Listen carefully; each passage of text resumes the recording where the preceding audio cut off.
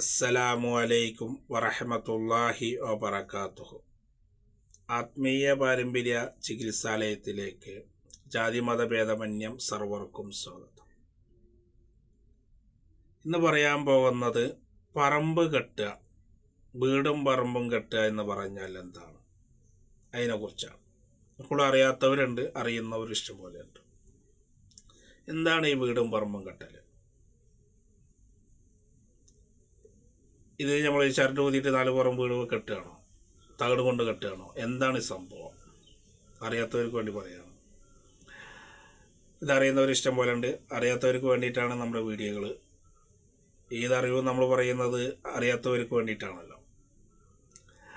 അപ്പോൾ ഈ വീടും പറമ്പും കെട്ടുക എന്ന് പറഞ്ഞാൽ തകിട് കൊണ്ട് ആ വീടിനെയും പറമ്പിനെയും ബന്ധനം ചെയ്യുകയാണ്.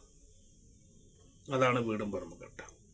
ഇപ്പോൾ ഒരു വീട്ടിൽ പൈശാചികമായി പ്രശ്നങ്ങൾ ഉള്ളതാണെങ്കിലും ശരി, ഇല്ലാത്തതാണെങ്കിലും ശരി, ആ വീട് പറമ്പും കെട്ടണം നല്ലതാണ്.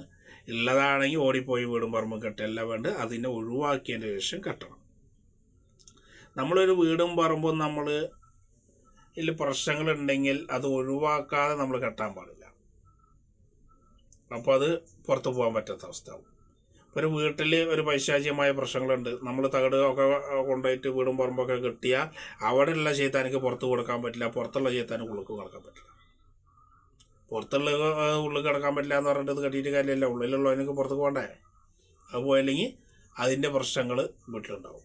അപ്പം നമ്മൾ എന്ത് ചെയ്യണം? അപ്പോൾ ആദ്യം ഉണ്ടായതിനെക്കാട്ടി അറ്റിയാവും, കാരണം അവർക്ക് സഞ്ചാരം അടിക്കുമ്പോൾ പ്രശ്നങ്ങൾ കൂടും.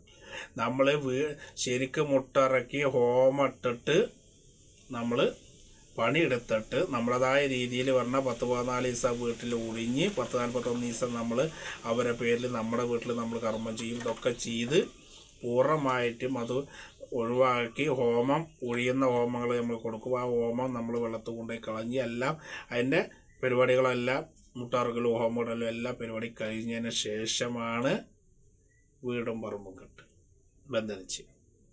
നമ്മുടേതായ രീതിയിൽ പലരും പല കോലം കൊണ്ട് വീടും പറമ്പും കെട്ടുന്നുണ്ട്. നമ്മുടേതായ രീതികൾ നമ്മൾ പഠിച്ച രീതിയിൽ 16 തകിട് കൊണ്ടാണ് നമ്മൾ വീടും പറമ്പും കെട്ടുക. ആദ്യം പറമ്പിൻ്റെ 4 മൂല, പിന്നെ തറയുടെ 4 മൂല, പെരയുടെ 4 കോടി, 3 കട്ടളപ്പടി. അപ്പോൾ സ്ഥലത്തിൻ്റെ 4 മൂല, തറയുടെ 4 മൂല, പെരയുടെ 4 കോടി, മുകൾ ഭാഗം 4 കോടി. അപ്പോൾ തറയുടെ 4 മൂല നമ്മൾ കെട്ടി, പെരയുടെ 4 മൂലയും കെട്ടി, പറമ്പിൻ്റെ 4 മൂലയും കെട്ടി. അപ്പോൾ 3-4 നമ്മൾ കെട്ടി. 4-4 8, 8-4 12ആയി. 3 പടി എന്ന് പറഞ്ഞാൽ 1 ഗേറ്റ് പടി, 1 കട്ടളപ്പടി ഫ്രണ്ടത്തെ, 1 ബാക്കത്തെ, ബാക്കിലെ ഡോറ്. അപ്പോൾ 2 വീടിൻ്റെ കട്ടളപ്പടി, 1 ഗേറ്റ് പടി, അപ്പോൾ 3 എണ്ണമായി. അപ്പോൾ 12 3 15ആയി. പിന്നെ ഒരെണ്ണം നമ്മൾ വീട്ടിൽ സെൻറ്ററിൽ കെട്ടും. പിന്നെ ഓരോരുത്തരുടെ സാഹചര്യത്തിനനുസരിച്ചിട്ട് പിന്നെ തകിട് കുറയലാണ്. നമ്മുടെ കുറ്റമല്ല. ചിലർ വീടിൻ്റെ പറമ്പ് കെട്ടാൻ പറ്റില്ല, ആൾ കാണും, ഈ ആൾ കാണും, പറമ്പ് അപ്പോൾ ഒഴിവാക്കും, അപ്പോൾ 4 കുറയും. പിന്നെ തറയുടെ അയ്യോ അത് പറ്റൂല, അപ്പോൾ തറ ഒഴിവാക്കേണ്ടി വരും. ചിലർക്ക് തറക്ക് ഒപ്പം ഉണ്ടാവില്ല, ചിലർക്ക് പറയും 4 കോടി കെട്ടിൽ നടക്കില്ല, കാരണം അത് ആരെങ്കിലും കാണില്ലേ കോടി മൂലയിൽ കെട്ടുമ്പോൾ. അപ്പോൾ പറമ്പും കുറയും, കോടി കുറയും, പടി കുറയും. അവിടെ ഇവിടെയൊക്കെ എണ്ണ ഓരോരുത്തരുടെ സാഹചര്യത്തിനനുസരിച്ച് കുറഞ്ഞിട്ട് തകിട് ചില ആൾക്കാർ, ചില ഉസ്താദന്മാർ തന്നെ അവർ തന്നെ 4 എണ്ണം മതി പറഞ്ഞിട്ട് കൊടുക്കുന്നവരുമുണ്ട്. 4 മൂലകൾ കെട്ടിയാൽ മതി, അല്ലെങ്കിൽ പറമ്പ് കെട്ടിയാൽ മതി, വീട് കെട്ടിയാൽ മതി. അവർ 16 കൊടുക്കാതെ 4-4-നും 8-എണ്ണം 5-എണ്ണം ഒക്കെ വെച്ച് കൊടുക്കുന്ന ആൾക്കാരുണ്ട്. എന്നാൽ പൂർണ്ണമായ രീതിയിൽ 16 തകിട് കൊണ്ടാണ് പറമ്പ് കെട്ടുക. ഞാൻ പഠിച്ച അറിവ് ഞാൻ പറയുകയാണ്. ഓരോരുത്തർക്ക് അഭിപ്രായങ്ങളുണ്ടാവാം. പക്ഷേ നിങ്ങൾ ആലോചിച്ച് നോക്ക്, സ്ഥലത്തിൻ്റെ 4 മൂല കെട്ടി, 4 മൂല കെട്ടിയപ്പോൾ സ്ഥലം ബന്ധനായി. തറയുടെ 4 മൂല കെട്ടി, ആ വീട് ബന്ധനായി. പിന്നെ മുകളിൽ കൂടെ ചെയ്താనికి താഴത്തു കൂടെ മാത്രമല്ല ചെയ്താൻ വരുള്ളൂ, മുകളിൽ കൂടെ വരുന്നതിന് 4 കോടി കെട്ടി. അപ്പോൾ തറ കെട്ടി, 4 കോടി കെട്ടി. അപ്പോൾ പെര ഇതായി. സെൻട്രലും കെട്ടി, നടക്ക് കൂടെ ഇറങ്ങി വരാൻ പറ്റില്ല, സെൻട്രലും കെട്ടി. പിന്നെ വരാൻ വഴികളാണ്. ഏത് വഴി? ഗേറ്റ് പടി കൂടെ കിടന്ന് വരാമല്ലോ, അതിനെ ഗേറ്റ് അവിടെ കെട്ടി. പിന്നെ കട്ടളപ്പടി കൂടെ വീട്ടിൽ കയറി കൂടെ കട്ടളപ്പടി കെട്ടി. 2 കട്ടളപ്പടിയാണ് ഒരു വീടിന് സാധാരണ ഉണ്ടാവുക, ഫ്രണ്ടും ബാക്കും. വീട്ടിലേക്ക് കയറാനുള്ളത് ഫ്രണ്ടും ബാക്കും നമ്മൾ കെട്ടി. ഏത് കൂടെ വരുന്നത്? ഇതാണ് പൂർണ്ണമായ പറമ്പ് കെട്ടൽ. 16 തകിട് കൊണ്ട് കെട്ടലാണ്. പിന്നെ ഓരോരുത്തരുടെ സാഹചര്യമാണ്, ഉസ്താദെ ഞങ്ങൾക്ക് അവിടെ കെട്ടാൻ പറ്റില്ല, ഇവിടെ കെട്ടാൻ പറ്റില്ല. കെട്ടാൻ പറ്റില്ല ഇപ്പം നമ്മൾ വിചാരിച്ച മാർഗമൊന്നുമില്ല. ഇപ്പോൾ പറമ്പ് കെട്ടൽ തന്നെ കുറവാണ്. ഇപ്പോൾ ആൾക്കാർക്ക് സൗകര്യക്കുറവാണ് എവിടെയും കെട്ടൽ. ഇപ്പോൾ ചികിത്സ അടുത്തൊന്നും ഞാൻ ചെയ്തിട്ട് പറമ്പ് കെട്ടിയിട്ടില്ല. ഞാൻ എങ്ങനെ കെട്ടണം? ആൾക്കാർക്ക് ഒന്നൊന്നും പറ്റൂല. പിന്നെ ഇപ്പം എന്താ ചെയ്യണം? ചികിത്സ ചെയ്ത് കൂട്ടിയാൽ അങ്ങനെയാണ് ഇപ്പോൾ ഒരു തള്ളവർ ചെയ്യുന്നത്. വീടും പറമ്പും കെട്ടാൻ ആൾ കസ്റ്റമർ തയ്യാറല്ലെങ്കിൽ നമ്മളെന്ത് ചെയ്യണം? അപ്പോൾ വന്നത് ഒഴിവാക്കുക, പിന്നീട് വരുമ്പോൾ അവർ വന്നാൽ വീണ്ടും ഒഴിവാക്കി കൊടുക്കുക. അല്ല അപ്പം എന്ത് ചെയ്യണം? ഇതാണ് അവസ്ഥ.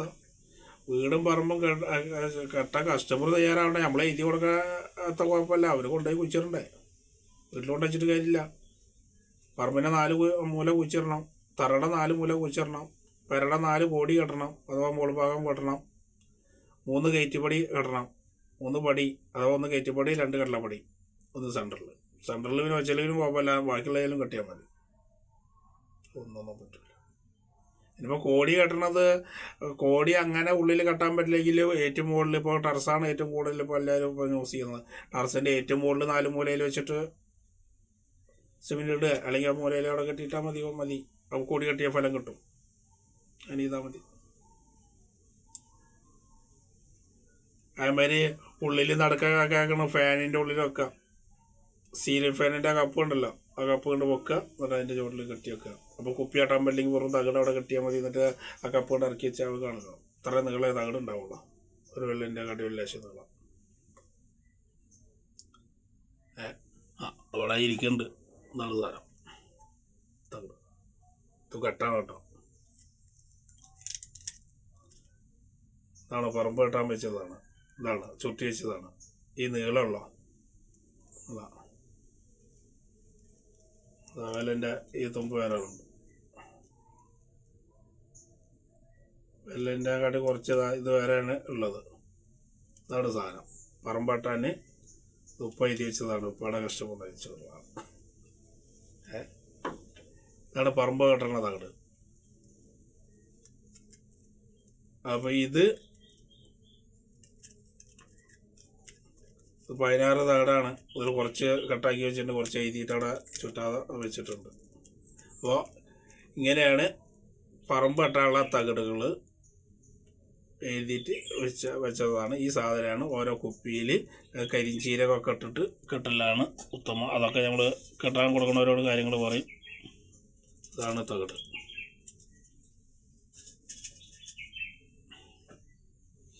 അപ്പോൾ ഈ സാധനം നമ്മൾ കെട്ടലാണ് ഉത്തമമാണ്, നല്ലതാണ്. വീടും പറമ്പും കെട്ടില്ല, അത് ഒരു സുരക്ഷിതമാണ്. ഇപ്പോൾ ഒരു വീടിന് നമ്മൾ വെയിലി കെട്ടും, ഒക്കെ മുതലാണ്. വെയിലെങ്കിലും കെട്ടല് നല്ലതാണ്. ഇല്ലെങ്കിൽ എന്താ, എല്ലായിടും കന്ന് നമ്മുടെ വീട്ടിൽ കയറും. ഇന്നതുപോലെ തന്നെ പറമ്പ് കെട്ടിയില്ലെങ്കിൽ എല്ലാ ചേത്താന്മാരും കയറും. അതന്നെ. അപ്പം നമ്മൾ വെയിലും മതിലും കെട്ടുന്നത് പോലെ തന്നെയാണ് വീടും പറമ്പും കെട്ടല്. അത് മറ്റുള്ള ജന്തുക്കൾ കയറുന്നതിനാണ് നമ്മുടെ സ്ഥലം നമ്മൾ സുരക്ഷിതമാക്കുകയാണ്. വീടും മതിലൊക്കെ കെട്ടിയിട്ട് വേലി കെട്ടാൻ പറ്റുന്നവർ വേലി കെട്ടും, ചിലർ മതിൽ കെട്ടാൻ കഴിവുള്ളവർ മതിൽ കെട്ടും. ചിലരെ വീടും കയറ്റും കണ്ടു കഴിഞ്ഞാൽ, അല്ലെങ്കിൽ മതിലും കയറ്റിൻ്റെ ഉള്ളിൽ കൂടെ വീട് തന്നെ കാണൂല. ഇഷ്ടംപോലെ വീടുകൾ നമ്മളങ്ങനെ കണ്ടിട്ടുണ്ട്. നമ്മൾ വീട് കാണൂല, വീട് ഉണ്ടെന്ന് നമുക്കറിയാമെന്നല്ലാതെ വീട് കാണൂല. കാരണം അത്ര വലിയ ഈ ഒരു ജയിലിൻ്റെ മതിലും കാട്ടി വലിയ മതിലും വലിയ ഗേറ്റൊക്കെ വെച്ചേക്കണത്. പിന്നെ അങ്ങനെ വീട് കാണുന്നത്, ആ ജാതി വീട് മതിലിടുന്നവരുണ്ട്. അതുപോലെ ചുരുക്കം പറയുകയാണെങ്കിൽ നമ്മൾ വീടിൻ്റെ സുരക്ഷയ്ക്ക് വേണ്ടിയിട്ട് വെയിൽ കെട്ടും, ചിലർ നല്ല മതിൽ നല്ല ഗേറ്റ്, ചിലർ നല്ല ഉയരത്തിൽ കെട്ടുന്നു. എന്നതുപോലെ തന്നെയാണ് വീടിൻ്റെയും പറമ്പിൻ്റെയും സുരക്ഷയ്ക്ക് വേണ്ടി പൈശാചികമായ അവർക്ക് വേണ്ടിയിട്ടുള്ള പൈശാചികമായുള്ള ശൈത്താന്മാർക്ക് വേണ്ടിയിട്ടുള്ള അവർ വരാതിരിക്കാൻ വേണ്ടിയിട്ട് സുരക്ഷയ്ക്ക് ചെയ്യുന്നതാണ് പറമ്പ് കെട്ടൽ. പൈശാചികമായ ശല്യങ്ങൾ എന്ന് രക്ഷപ്പെടാൻ വേണ്ടിയിട്ടാണ് നമ്മൾ മുട്ടയിറക്കി ഹോമം ഇടുന്നതും അതുപോലെ തന്നെ പറമ്പ് കെട്ടുന്നതും. അതാണ് പറമ്പ് കെട്ടൽ. അപ്പോൾ അടുത്ത വീഡിയോയുമായിട്ട് വരാം ഇൻഷാ അള്ളാഹ്. എന്തെങ്കിലും ആവശ്യങ്ങളുണ്ടെങ്കിൽ പറമ്പ് കെട്ടേണ്ട കേസുകളോ അതുപോലെ എന്തെങ്കിലും ചികിത്സയുടെ സംബന്ധമായിട്ടോ പൈശാചികമായിട്ട് എന്തെങ്കിലും ബുദ്ധിമുട്ടുകളുണ്ടെങ്കിൽ കണക്ക് നോക്കാൻ നേരിട്ട് വരാതെ നമ്മൾ ഫോണിൽ കൂടെ നോക്കി കൊടുക്കുന്നുണ്ട്.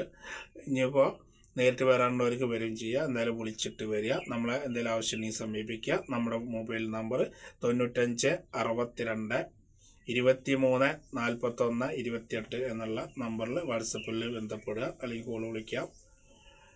അപ്പോൾ ഇൻഷാ അള്ളാഹ് അടുത്ത വീഡിയോയുമായിട്ട് കാണാം. അതുവരെ വിടാം. അസ്സലാമു അലൈക്കും വറഹ്മത്തുള്ളാഹി വബറകാതുഹു.